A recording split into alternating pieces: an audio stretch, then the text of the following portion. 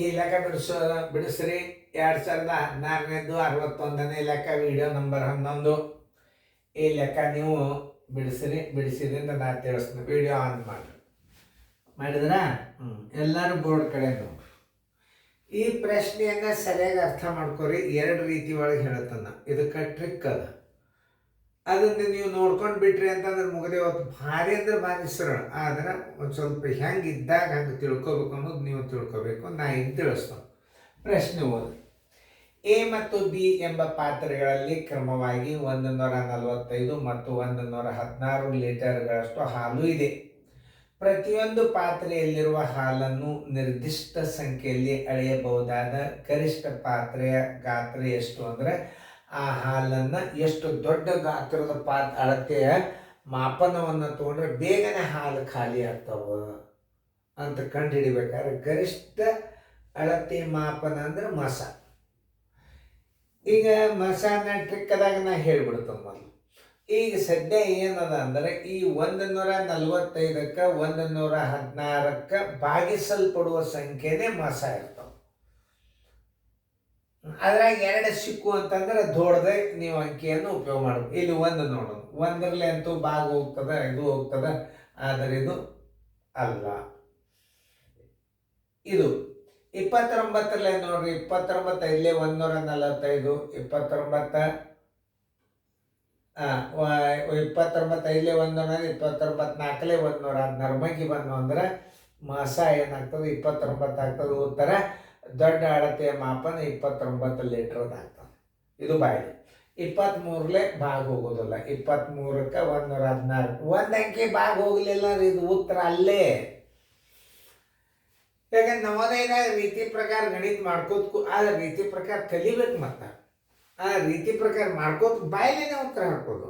ಈಗ 23ರಲ್ಲಿ ಭಾಗ ಹೋಗಂಗಿಲ್ಲ ಅಂದ್ರೆ ಅದನ್ನ ಬಿಟ್ಟು ಬಿಡ್ರಿ. 4ರಲ್ಲೇ ನೋಡ್ರಿ, ಇದು ಒಂದೇ ಹೋಗ್ತದೆ, ಇದು ಹೋಗೋದಲ್ಲ, ಇದು ಉತ್ತರ ಅಲ್ಲ. ಈ ಎರಡು ಸಂಖ್ಯೆಗಳಿಗೆ ಭಾಗಿಸಲ್ಪಡೋ ಸಂಖ್ಯೆನೇ ದೊಡ್ಡ ಮಾಪನ 29 ಲೀಟರ್. ಅದನ್ನ ಹೆಂಗೆ ಕಂಡು ಹಿಡಿಬೇಕು? ಇಂಥವು ದೊಡ್ಡ ಇದ್ದಾಗ ನಾವು ಒಂದು ಸರಳ ಥಿಯರಿ ತೋರಿಸ್ತಾನು ನೋಡ್ರಿ. ಈಗ 145 ಏನೋ ದೊಡ್ಡ ಅಂಕೆ ಅದ, 116 ಏನದ ಸಣ್ಣ ಅಂಕೆ ಅದ. ಇದನ್ನ ನೋಡ್ರಿ ಸರಳ ಹೇಳ್ತಾನ. 11 ಹೇಳಿ 22 ದೊಡ್ಡದಾಗ್ತದೆ. 11 ಒಂದಲ್ಲೇ 116 ನೋಡ್ರಿ. ಇದನ್ನು ಒಂದು ಸಲ ನೀವು ದೊಡ್ಡ ಅಂಕೆಲಿ ಭಾಗಾಕಾರ ಕಲ್ತಾರೆ ಅಂದ್ರೆ ದೊಡ್ಡ ಸಂಖ್ಯೆಯ ಭಾಗಾಕಾರ ಭಾಳ ಸರಳ ಮಗ್ಗಿ ಬರಬೇಕು. ದೊಡ್ಡ ಅಂಕೆಲೆ ಭಾಗಾಕಾರ ನೀವು 11 ಮಗಿ ಬಂದ್ರೆ ಸಾಕು. 11 ಒಂದ್ಲೆ 11 ಹಚ್ಚಿ ಬಿಡ್ರಿ, ಮುಗೀತು.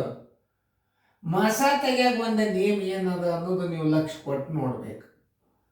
ಇಲ್ಲೇ ಶೇಷಕ್ಕೆ ನೀವು ಮತ್ತೆ ಹಿಂದಿನ ಭಾಜಕವನ್ನು ಮುಂದೆ ತೊಗೊಂಡು ಭಾಗಿಸ್ಬೇಕು. ಇಲ್ಲೇನು ಶೇಷ ಬರ್ತದಲ್ಲ, ಈ ಶೇಷಕ್ಕೆ ಇದಕ್ಕೆ ಭಾಜಕ ಅಂತಾರೆ, ಇದಕ್ಕೆ ಭಾಜ್ಯ ಅಂತಾರೆ.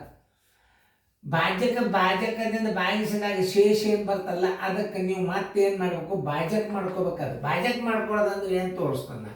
15ರಾಗ 6 ಆದ್ರೆ 9, ಕೈಲ ಬಂತು ಒಂದು 4ರಾಗ 2 ಆದ್ರೆ 2.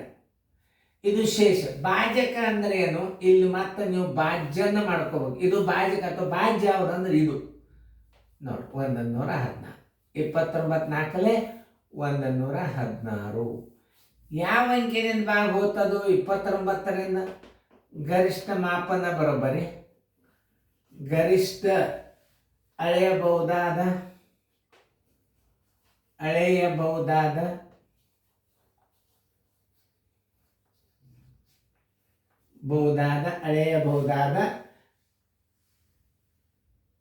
ಗರಿಷ್ಠ ಗಾತ್ರ, ಗರಿಷ್ಠ ಪಾತ್ರೆಯ ಗಾತ್ರ. ಇದು ರೀತಿ ಪ್ರಕಾರ ಕಲೀರಿ. ಯಾವ ಅಂಕಿಲಿ ಭಾಗ ಗೊತ್ತಿದು? 29. ಅದಕ್ಕೆ ಲೀಟರ್ಗಳು ಅಂತ ಬರ್ಕೊಂಡ್ಬಿಟ್ರಿ. ನೋಡ್ರಿ, ಇಲ್ಲಿ ಇನ್ನೊಂದು ತಿಳಿಸಿ ಹೇಳ್ತಾನೆ. 29 ಲೀಟರ್ ಮಾಪನ ತಗೊಂಡ್ಬಿಟ್ರೆ ಬೇಗ ಎಷ್ಟು ಇದ್ರಾಗ ಎಷ್ಟಾಗ್ತದ? 5 ಕ್ಯಾನ್ ಹೊಡತದ ಹಾಲು. ಇದ್ರಾಗ 4 ಕ್ಯಾನ್ ಹೊಡತದ. ಒಟ್ಟು ಎಷ್ಟು ಕ್ಯಾನ್ಗಳು ಅಂತ ಕೇಳಿದಾಗ 9 ಆಗ್ತಾವ. ನೋಡ್ರಿ, ಇದ್ರಾಗ 29 145 ಇದು 5 ಕ್ಯಾನ್ ಆಯ್ತು. 29 4 116 ಇದು 4 ಕ್ಯಾನ್ ಆಯ್ತು. ಇದು 5 ಕ್ಯಾನ್ 4 ಕ್ಯಾನ್ 9 ಕ್ಯಾನ್. ಎಷ್ಟು ಕ್ಯಾನ್ಗಳನ್ನು ಹೊರೆ ತೆಗೆದಾಗ ಪಾತ್ರೆಯು ಖಾಲಿ ಆಗುತ್ತದೆ ಅಂದರೆ 9 ಅಂತ ಹಾಕಬೇಕು. ಯಾವುದೇ ಒಂದು ಲೆಕ್ಕಗಳನ್ನು ನೀವು ವಿಚಾರ ಮಾಡಬೇಕು. ಹಿಂಗೂ ಕ್ವಶನ್ ಕೇಳ್ಬೋದು ನಾವು, ಎಷ್ಟು ಲೀಟರನ್ನು ಆ ಪಾತ್ರೆಯಿಂದ ಎಷ್ಟು ಸಲ ಎಳೆದಾಗ 2 ಪಾತ್ರೆಗಳು ಖಾಲಿ ಆಗುತ್ತವೆ ಅಂತ ಕೇಳ್ಬೋದು. ಪ್ರಶ್ನೆ ಎಷ್ಟು ಥರ ಮಾಡ್ತಾನೆ ಅನ್ನೋದು ಹೇಳಿಕ್ಕಾಗೋದಿಲ್ಲ, ಕೇಳ್ತಂತ ನಾವು. ಅಂದರೆ ಎಷ್ಟು ಆ ಪಾತ್ರೆಯಿಂದ ಎಳೆಯಬಹುದಾದ ಮಾಪನಗಳ ಸಂಖ್ಯೆ ಎಷ್ಟು? 29 ಅಂತ ಆತ. ಈ ಪಾತ್ರೆ ಇದು ದೊಡ್ಡ ಪಾತ್ರೆ 145 ಲೀಟರ್ ಹಾಲು ಅದ. ಇದು 29 5 ಕ್ಯಾನ್ ತೆಗೆದ್ರೆ ಇದು ಈ ಪಾತ್ರೆ ಖಾಲಿ ಆಗ್ತದೆ. 4 ಕ್ಯಾನ್ ತೆಗೆದ್ರೆ ಈ ಪಾತ್ರೆ ಖಾಲಿ ಆಗ್ತದೆ. ಒಟ್ಟು ಕ್ಯಾನ್ಗಳು ಎಷ್ಟು ಹೇಳಿದ್ರು ಅಂದ್ರೆ 5 4 9 ಅಂತ ಹೇಳ್ಬೇಕು. ಇಂಥವೆಲ್ಲ ಗಣಿತಗಳು ಮೊದಲು ಬೀಳುತ್ತಿದ್ವು ಅವಾಗ ನಾವು. ಈಗ ಭಾಳ ಸರಳ ಕೊಟ್ಟಾರೆ ಗಣಿತಗಳು. ಎಷ್ಟು ಬಿರಿ ಕಲಿತೀರಿ ನೀವು ಕ್ಯಾಂಪಸ್ ಸೆಲೆಕ್ಷನ್ ಆಗ್ತಾರೆ, ಅದನ್ನು ಕಲಿಬೇಕು. ಮೊದಲು ಗಣಿತಗಳನ್ನು ಸರಿಯಾಗಿ ತಿಳ್ಕೊಂಡು ಕಲಿಬೇಕು ನೀವು. ಇದು ಮಾಸ. ಗರಿಷ್ಠ ಪಾತ್ರೆಯ ಗಾತ್ರ ಅಂದ್ರೆ ಮಾಸ ಅಂತ ತಿಳ್ಕೊಂಡೇ ಬಿಡ್ಬೇಕು ನೀವು. HCF. ಇಂಥ ಗಣಿತಗಳ ನಿಮಗೆ ಥಿಯರಿ ಮತ್ತು ಅರ್ಥ ಆಯ್ತು ಅಂತಾರೆ. ಉದ್ದಳತೆ ಎಷ್ಟು, ಉದ್ದಳತೆ ಮಾನ ಎಷ್ಟು, SCF. ಹಂಚಬೇಕಾದ ಗರಿಷ್ಠ ಜನರ ಸಂಖ್ಯೆ ಎಷ್ಟು, ಮಾಸ. ಹಂಚಬೇಕಾದ ಗರಿಷ್ಠ ಪ್ರಮಾಣದ ಹಣ ಎಷ್ಟು, ಮಾಸ. ಅಳೆಯಬಹುದಾದ ಉದ್ದಳತೆ ಮಾಪನ ಎಷ್ಟು ಅಂದ್ರೆ ಮಾಸ. ಕೋಲಗಳನ್ನು ಅಳೆಯಬೇಕಾದ ಅತಿ ಉದ್ದ ಗರಿಷ್ಠ ಉದ್ದಳತೆ ಮಾನ ಎಷ್ಟು, ಮಾಸ. ಹಂಚಬೇಕಾದ ಭಿಕ್ಷುಕರಿಗೆ ಹಂಚಬೇಕಾದ ಗರಿಷ್ಠ ಮಾಸ. ಗರಿಷ್ಠ ಭಿಕ್ಷುಕರ ಸಂಖ್ಯೆ ಕೇಳಿದಾಗ ಮಾಸನೇ ಅದು. ಪ್ರತಿಯೊಂದಕ್ಕೂ ದೊಡ್ಡದು ಅನ್ನುವಂಥ ಅರ್ಥ ಬಂತು ಅಂದ್ರೆ ಮಾಸ. ಕನಿಷ್ಠ ಅನ್ನುವಂಥ ಅರ್ಥ ಆಗ್ತಿತ್ತು ಅಂದ್ರೆ ಲಸ. ಅಳೆಯಬಹುದಾದ ಕನಿಷ್ಠ ಅಳತೆ ಎಷ್ಟು, ಲಸ. ಅಳೆಯಬಹುದಾದ ಗರಿಷ್ಠ ಅಳತೆ ಎಷ್ಟು, ಮಾಸ. ಯಾವುದೇ ಒಂದು ಪ್ರಶ್ನೆಯನ್ನು ಲಕ್ಷ್ಯ ಕೊಟ್ಟು ನೋಡಿ. ಟೆಲಿಗ್ರಾಮ್ ಕ್ಲಾಸ್ ಹೆಂಗದ, natural video coaching class for your home. ನಿಮ್ಮ ಮನೆಯಲ್ಲೇ ಕೂತು ಕಲಿಯುವಂಥ ಅಭ್ಯಾಸ ಇದು. ರೀಡಿಂಗ್ ಬರ್ತಾವ, ಗದ್ಯವಾಗಿ ಬರ್ತಾವ. ಲಕ್ಷ್ಯ ಕೊಟ್ಟು ನೋಡ್ಬೇಕು. ಸರ್ ಮುಂದೆ ನಿಂತೆ ನಮಗೆ ಕಲಿಸ್ಲಿಕ್ಕತ್ತಾರ ಅಂತ ನಿಮಗೊಂದು ಹೆಮ್ಮೆಯಿಂದ ನೀವು ಗಣಿತಗಳನ್ನು ನೋಡಿದ್ರೆ ನಿಮಗೆ ಗಣಿತ ಬಂದೇ ಬರ್ತಾವೆ. ರಿವಿಷನ್ ಮಾಡ್ರಿ. ಹೆಚ್ಚು ವಿಡಿಯೋಗಳನ್ನು ನೋಡೋದರಿಂದ ನೆನಪಿನ ಶಕ್ತಿ ಜಾಸ್ತಿ ಆಗ್ತದೆ. ಕೆಲವೊಂದು ನವೋದಯದಲ್ಲಿ ಟ್ರಿಕ್ಗಳನ್ನು ತೆಗೆದ ನಾವು ಮುಂದೆ ಈ ಕ್ವಶನ್ ಪೇಪರ್ದಾಗ ಒಂದು ಬಂದದೀಗ ಅದು ಎಷ್ಟು ನಿಮಗೆ ಸರಳದ, ನಿಮ್ಗೆ ಎಷ್ಟು ಲೇಟ್ ಆಗ್ತದ, ಅದನ್ನು ಎಷ್ಟು ಸರಳಾಗಿ ಆಗ್ತದ. ಇದು ನನ್ನ ವಿಡಿಯೋ. ಒಂದು 2-3 ಉದಾಹರಣೆ ಹಾಕಿ ಆ ಪ್ರಶ್ನೆಯನ್ನು ಬಿಡಿಸಿ ತೋರಿಸ್ನು ಲಕ್ಷ್ಯ ಕೊಟ್ಟು ನೋಡಿ. ಇದನ್ನು ನೀವು ಸರಿಯಾಗಿ ಅರ್ಥ ಮಾಡಿಕೊಂಡು ಇಂಥವು ಭಾಗಾಕಾರ ಬಂದು ಅಂತಂದ್ರೆ ಮಗ್ಗಿಗಳು ಬರಬೇಕು. ಇಲ್ರಿ 116 ಮಗ್ಗಿನೇ ನಮಗೆ ಬರುದಿಲ್ಲ ಅಂತ ಭಾವನೆ ಮಾಡ್ಕೊ 11 ಮಗ್ಗಿ ಬಂದ್ರೆ ಸರ್ 11ಕ್ಕೆ 14 ಇಲ್ಲಿ 2 ಅಂಕಿ ಅಳತೆ, ಇಲ್ಲಿ 2 ಅಂಕಿ ಅಂತರ ನೋಡ್ಕೊರಿ. ಇಲ್ಲಿ 14 ಇಲ್ಲಿ 11 ಅದ. 11 22 ಹೆಂಗೆ ಹೋಗೋದಲ್ಲ. 11 ಒಂದ್ಲೆ ಅಂದ್ರೆ ಆ 116 ಒಂದರಲ್ಲಿ ಗುಣಾಕಾರ ಮಾಡಿ ಕಳೆದು ಬಿಡೋದು. ಇದು ಶೇಷವನ್ನು ಮಾಸ ಮಾಡುವಾಗ ಈ ಶೇಷಕ್ಕೆ ಇದನ್ನು ಹೊಳ್ಳಿ ಮುಂದೆ ನೀವು ಮತ್ತೆ ಅಂಕಿ ಇಟ್ಟು ನೀವು ಭಾಗಿಸ್ಬೇಕು. ಯಾವ ಅಂಕಿಯಲ್ಲೇ ಭಾಗಿಸಿದಾಗ 0 ಬರ್ತದ ಅದೇ ಮಾಸ.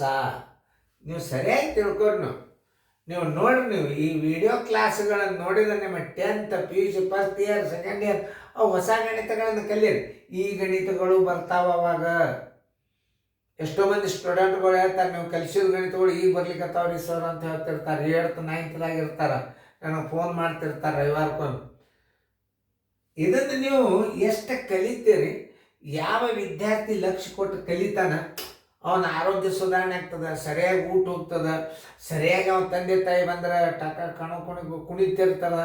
ನಮ್ಮ ಪಪ್ಪ ಅವ್ರು ಬರಲಿ.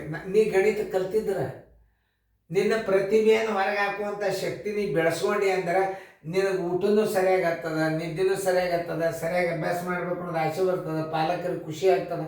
ವಿದ್ಯಾರ್ಥಿಗಳು ಪ್ರಯತ್ನ ಪಟ್ಟು ಮಾಡಿರಿ, ಲಕ್ಷ್ಯ ಕೊಟ್ಟು ನೋಡ್ರಿ. ವೆಕೇಶನ್ ಕ್ಲಾಸ್ ನೋಡ್ರಿ, ನಿಮಗೆಲ್ಲ ಇದಕ್ಕೆ ಹೆಲ್ಪ್ ಆಗೋದೇ ವೆಕೇಶನ್ ಕ್ಲಾಸ್.